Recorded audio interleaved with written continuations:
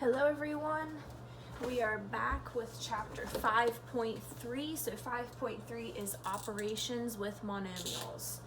So all that a monomial is one term that contains numbers or numbers and variables, and the numbers are called numerical coefficients. You're not being tested this time on vocabulary, so it's not that big of a deal this round. But the first thing we need to be able to do is multiply these monomials. So let's go ahead and look at an example. Let's look at negative 2x cubed times 5x squared. And we're asked to multiply these together. So what we're going to do is we're going to break the problem apart. We're going to go ahead and start with our numerical coefficients, right? Our numbers. Numbers are numbers, and we're going to multiply them just like we have been doing for forever, okay? So you're going to break this down into negative 2 times 5, and then we're going to have to multiply together the variables. So I have x cubed times x squared, okay? From here we're going to go ahead and multiply. So negative 2 times 5 is negative 10. Now here we're multiplying. We have the same base, so we know that we can add together the exponents so that this becomes x to the 5th. So your final answer for this problem is negative 10 x to the 5th, okay? So it's nothing too crazy for this chapter, all right? Let's go ahead and look at another example. Let's do 4x to the 6 y cubed times 2x y squared. Okay, we're going to do the same thing we did with the first problem. We're going to go ahead and multiply together the two numbers, the two numerical coefficients. So we have 4 times 2. Now this time we have two different variables, right? We have x and we have y. Okay, that's fine. We're going to go ahead and split those up and multiply x to the 6 times x together, and we're also going to multiply y cubed times y squared, okay? All right, so let's go ahead and start to simplify. So 4 times 2, we know how to do that. That's 8. Now, when we're looking here, I have x to the 6 times x. Remember, there is a 1 that's assumed, okay? If it's just x, there's a 1 assumed for the exponent. So we're multiplying. They have the same base, so we add the exponent. So 6 plus 1 is 7. So this is 8. X to the 7th, and we're going to do the same thing for the y's. We're multiplying, they have the same base. We're going to add 3 and 2 to get y to the 5th, okay? So 8x to the 7th, y to the 5th is your answer for this one, okay? So it's not too much new than what we've been covering in the first two sections. All right, so we dealt with multiplication. Let's go ahead and look at division. So let's go ahead and do 27 x to the 4th y cubed divided by 9x y squared. Okay, so this is division. We dealt with the quotient rule last class, so nothing too new except for dealing with the 27 over 9, the numbers and numerical coefficients. So you're going to simplify this just like it was a whole number. It's a fraction. Fraction means division. So you're going to divide 27, right, divided by 9 gives us 3. Okay, no problem. So we have so far our 3.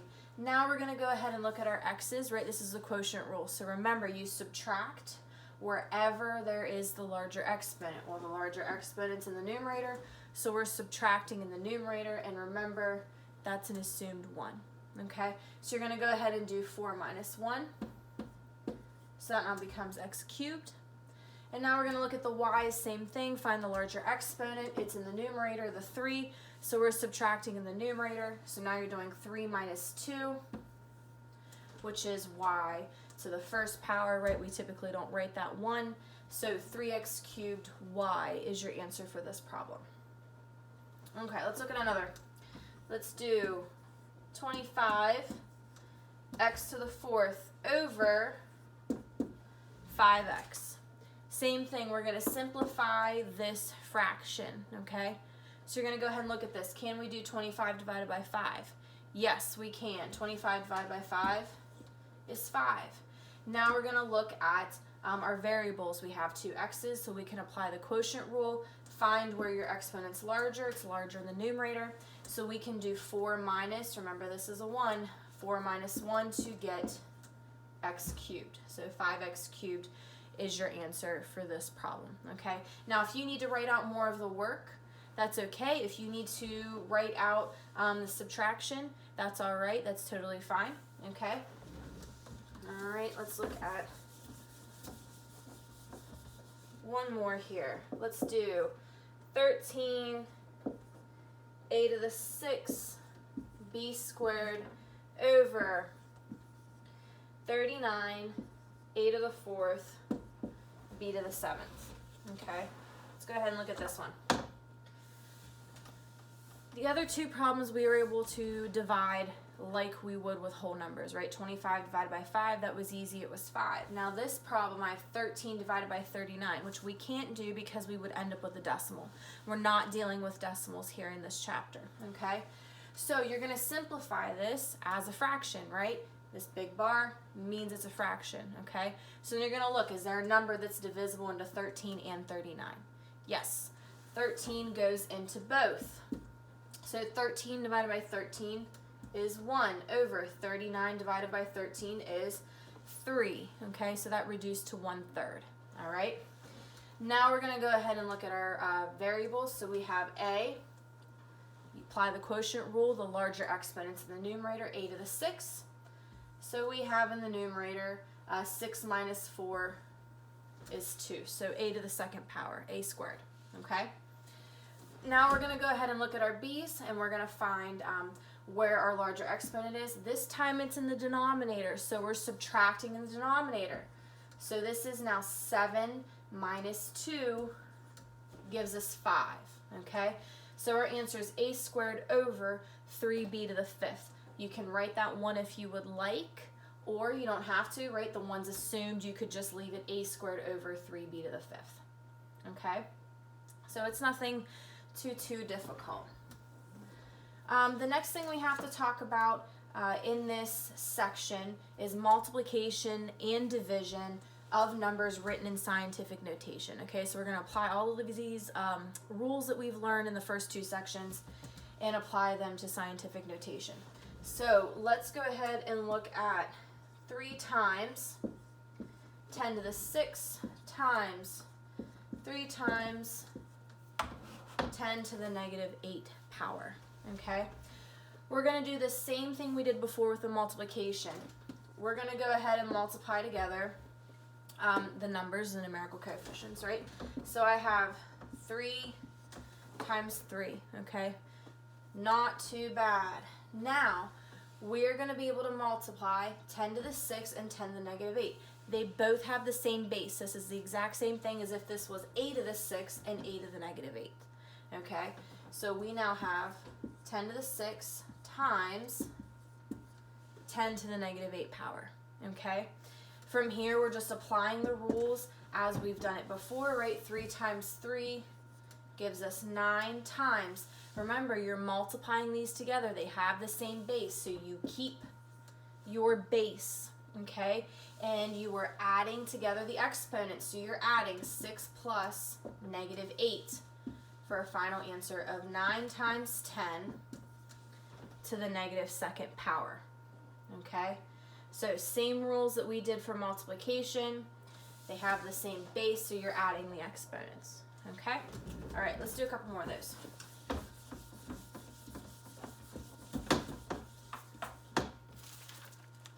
Okay, let's do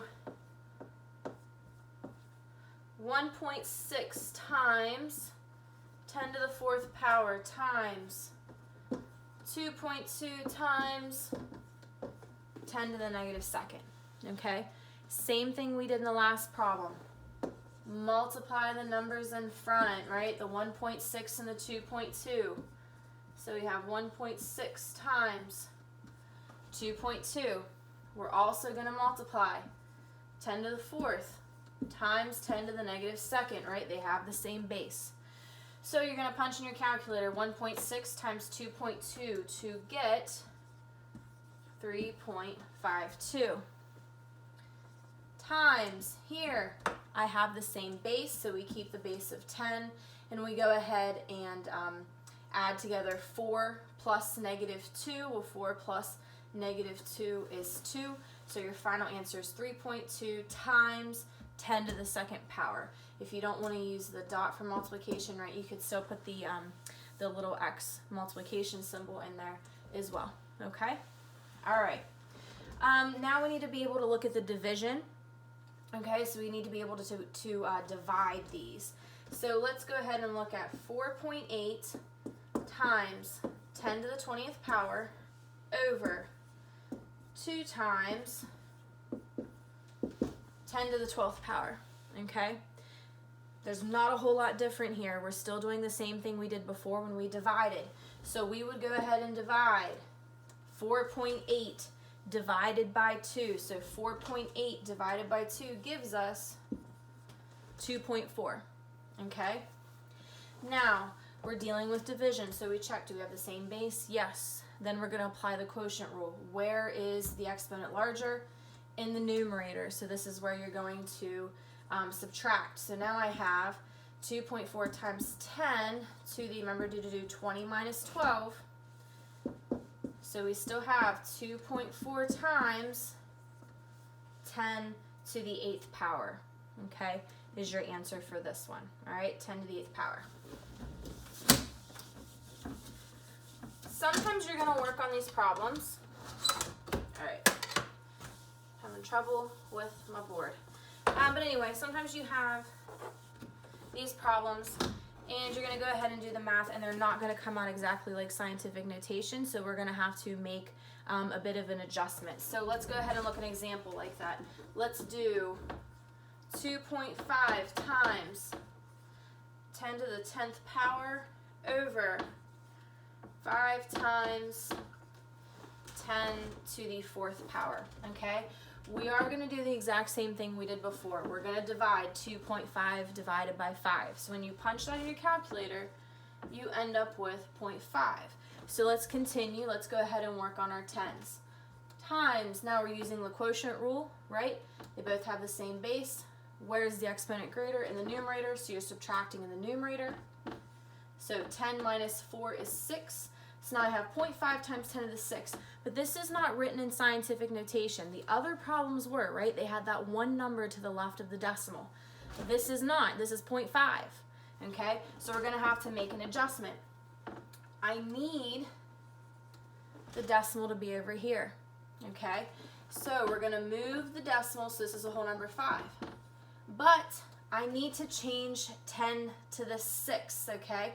So to get back to the original number, right, we would have to move the decimal one place to the left, which means I would be subtracting 1 from the 6. So this is now 5 times 10 to the 5th power as your answer, okay? So you apply your rules for scientific notation here, okay? All right, so something else we have to be able to do is combine like terms, all right? So in this section, we need to be able to combine like terms. So let's say they gave us negative 4x squared plus 9x squared, okay? In order to combine like terms, they have to be the same, right? The variable has to be the same, okay? In order to combine those like terms. The exponents have to be the same in order to combine like terms, okay? So for adding and subtracting, these need to be the same, okay? Variable and exponent needs to be the same. So when looking at this problem, I have an x squared and x squared, which means we can go ahead and add these together. So now we're going to apply our sign rules, which we've been doing all semester. So negative 4 plus 9 leaves us with a positive 5. You keep the x squared, okay? You don't add it together, you don't subtract it. They're like terms. Keep it, okay? Keep it. Let's look at 12 x squared y minus 15 x squared y. So they may give you a problem with multiple variables. That's okay. You just have to make sure they're exactly the same. This is an x squared. This is an x squared. This is y to the first. This is y to the first. Okay, if they're the same, we can go ahead and subtract. So now you're going to do 12 minus 15. That gives us a negative 3. You keep the x squared y. Okay, you keep the x squared y. Let's say they gave you, for example, 6x squared plus 9x cubed. Can you combine those like terms? No, you can't. So your answer would be 6x squared plus 9x cubed. Okay, they're not like terms, you can't combine them. All right, so that would be your answer there. Okay, so we have some more simplification problems that they're going to ask you to do in this section. Some of them do contain fractions, so we need to remember our fraction rules from the beginning of the semester. So we are simplifying here. Let's look at a squared times 2 minus 4 over a. So this is a smidge different than what we've done before. Okay, we have handled distribution though. Okay, so remember, you look inside the parentheses. Can we do anything? Can we combine anything? No. So then we look out in front of the parentheses. Is there anything to distribute? Yes. In this problem, we have an a squared. So that's going to be our first step. We want to distribute the a squared, okay, to both terms. So now you are doing 2 times a squared. Bring down your subtraction. I have 4 over a times a squared. Now, if you remember, okay, in order to multiply a fraction, you have to have another fraction. So this is the same thing as multiplying it by a whole number. I would put it over 1. So this is a squared. I'm now putting it over 1, okay? And then we're going to simplify. So 2 times a squared stays 2a squared, right? There's nothing to combine. Go ahead and put those together. We still have our subtraction. Now, look diagonally and see if you can simplify. We can simplify variables, okay? We can do this. So this is a to the first, right? We assume that's 1, okay? So we're going to be able to take 1a away from the square and leave us with 1, okay? So we're taking that 1a away. We're subtracting that 1. So this is similar to the quotient rule, right? We took 1 away. And then I would multiply. So I'm left with a whole number 4, right? Because this is 1. I'm left with 1a, and this would be 1 times 1 over 1. So our answer is 2a squared minus 4a. When you get to this step, you need to double check. Are there like terms? Can I combine? Yeah, they both have a's, but this is an a squared and this is a to the first, so I can't combine those. So this is your final answer. Okay?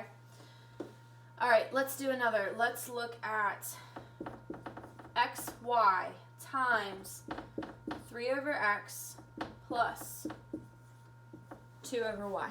Okay? We're going to do the same thing we did before. Can I combine these together? No, they're not the same. So we're going to look into the front, see if we can distribute, and we can. We can distribute the xy. So I now have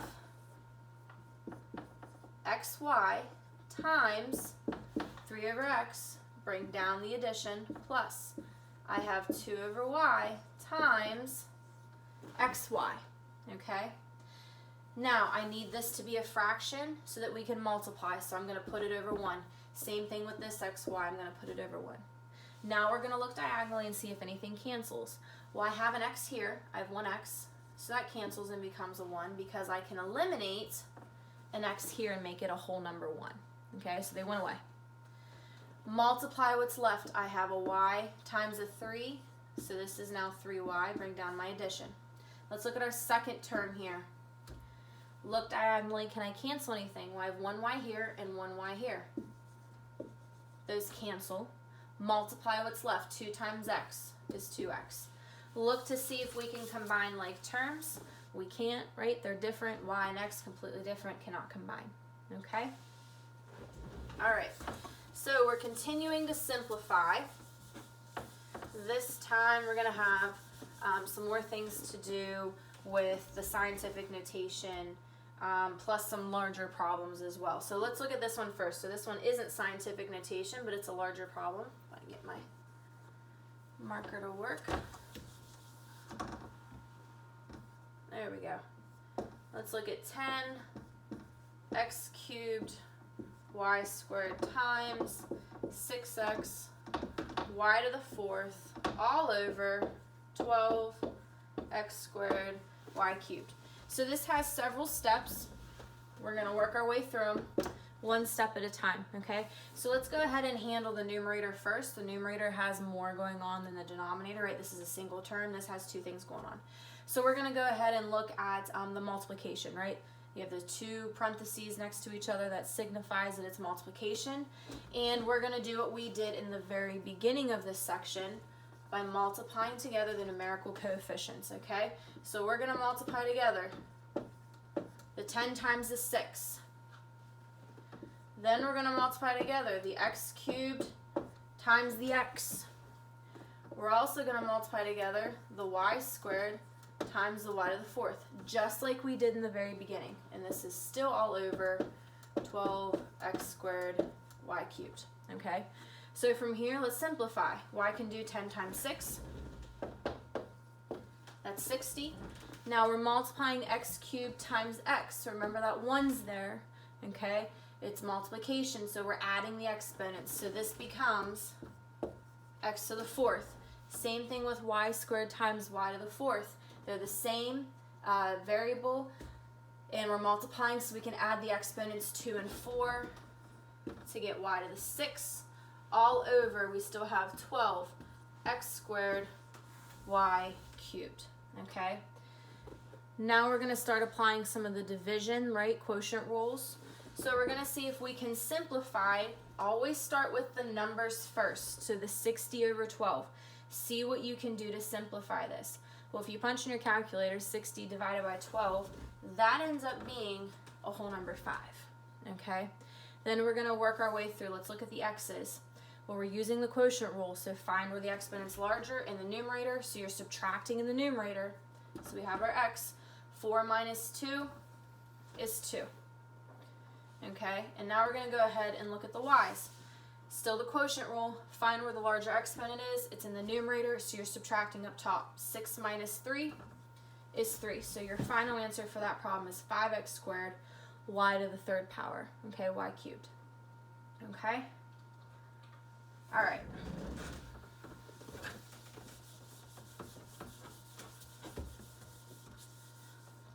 Let's go ahead and look at 1.2 times 10 to the 6th power times 6.3 times 10 to the negative 5th over 6 times 10 to the negative 10th power, okay? We're still applying rules that we did before, right? We're multiplying in the numerator. So now you're just going to multiply 1.2 times the 6.3, right? We're multiplying here. We have the same basis. So this is 10 to the 6th times 10 to the negative 5th over our 6 times 10 to the negative 10th, okay? Same thing we did before. Go ahead and multiply 1.2 times 6.3, and that gives us 7.56, okay?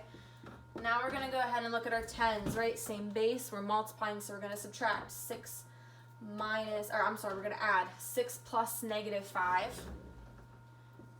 is 1, okay? So 6 plus 5 gives us our 1, okay? And it's all over 6 times 10 to the negative 10th, all right? We're still using division, all right? So we're still simplifying, we're still using our quotient rule. So if you punch in your calculator 7.56 divided by 6, you're going to get 1.26, okay? Now, this is a smidge different than what we did before, right? Our greater number is in the denominator, okay? Is in the denominator, but you're going to have to bump that up because we're dealing with scientific notation. So this case, you're going to do 10, 1 minus a negative 10. You're going to bring it up to the numerator, okay? So this one's a smidge different. This is one of them special cases to pay attention to for the future, all right? Now I have subtraction and a negative. So when we have those two negatives together, we end up adding those, right? They cancel each other out. So this is now 1.26 times 10 to the 11th power, okay? So 1.26 times 10 to the 11th power is our answer for this problem, okay? All right, one more.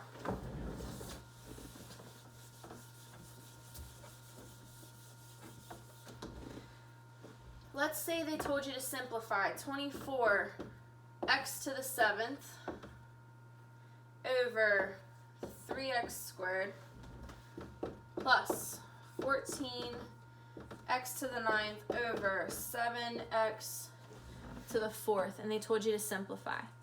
Okay, well, we know how to simplify fractions, right? We have to have a common denominator. Right now we don't have that going on. So what we're going to do is we're going to apply our rules. We're going to divide and use our quotient rules and see if we have like terms to combine. So here we're going to start in our first term, and we're going to go ahead and divide 24 divided by 3. Well, I can do that. That's 8.